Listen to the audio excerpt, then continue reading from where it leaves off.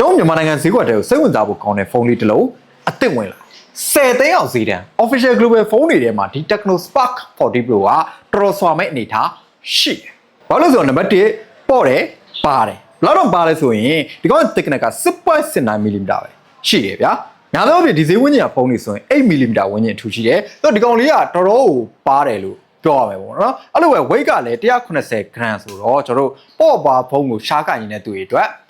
အန်ကိုက်ပဲဒီဇိုင်းမှာရိုးရှင်းပြီး elegant ဖြစ်တယ်။ကိုင်းတာကျေလေးလေးရှိတယ်။ရောင်တွေကအခုပြထားတဲ့၄မျိုးရွေးလို့ရမယ်ပေါ့နော်။ဈေးကတော့93လုံး303လုံး RAM 8GB storage 256GB ပါ။ဒါကြောင့်ဒီဖုန်းကပေါ့တယ်ပါတယ်ဆိုတာထက်ပိုမိုက်တဲ့အချက်ရှိသေးရပေါ့နော်။အဲ့ဒါဘာလဲဆိုတော့ဒီကောင်းရဲ့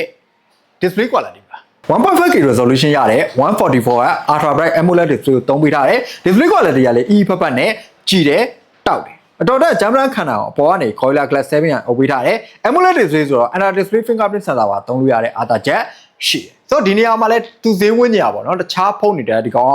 နှာတစ်ပြားတာရလို့ပြောရမယ်ကင်မရာဘိုင်းမှာတော့တခြားဖုန်းတွေထက်ပိုးတာနေရမျိုးတော့မတွေ့ရအောင်ကျောင်းဘက်မှာ50 megapixel sensor တစ်လုံးပါမယ်နောက်တစ်လုံးက auxiliary lens နောက်တစ်လုံးကတော့အလှတက်တာ selfie တော့ဆိုရင်တော့30 megapixel sensor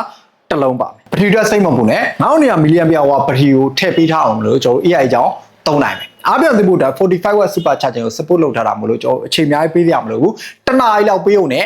အားပြည့်တင်နိုင်ပုံမှန်ပိုင်းအတွက် MediaTek Helio G1 အတွက် Ultimate 6nm processor ကိုသုံးပေးထားဒီကောင် TDP ရဲ့ 5-year luxury frequency certification ရထားတယ်လို့သိရတယ် audio ဘိုင်းအတွက် Dolby Atmos dual stereo speaker တွေပါမယ်အခုလိုမျိုးမိုးရင်းမှာပေါ့နော်ရေးစင်းရေးဆိုးမအောင်စိတ်မပူနဲ့ IP64 dust and water resistant ကို certify ဖြစ်ထားတယ်ကျွန်တော်ဖုန်းလိုင်းများတဲ့ခါမျိုးတွေမှာ Tecno ဖုန်းချင်းချင်းပေါ့နော် walkie talkie လိုမျိုး offline ဆက်သွယ်လို့ရတဲ့ free link ဆိုတာပါမယ်ဒီကောင် Bluetooth နဲ့လုပ်ပြီးတော့ကွင်းပြင်ဆိုရင်မီတာ900အိမ်ထဲဆိုမီတာ60အကွာဝေးထိရတယ်လို့သိရတယ်အဲလောက်ဆိုရင်တော့ Tecno Spark 40 Pro က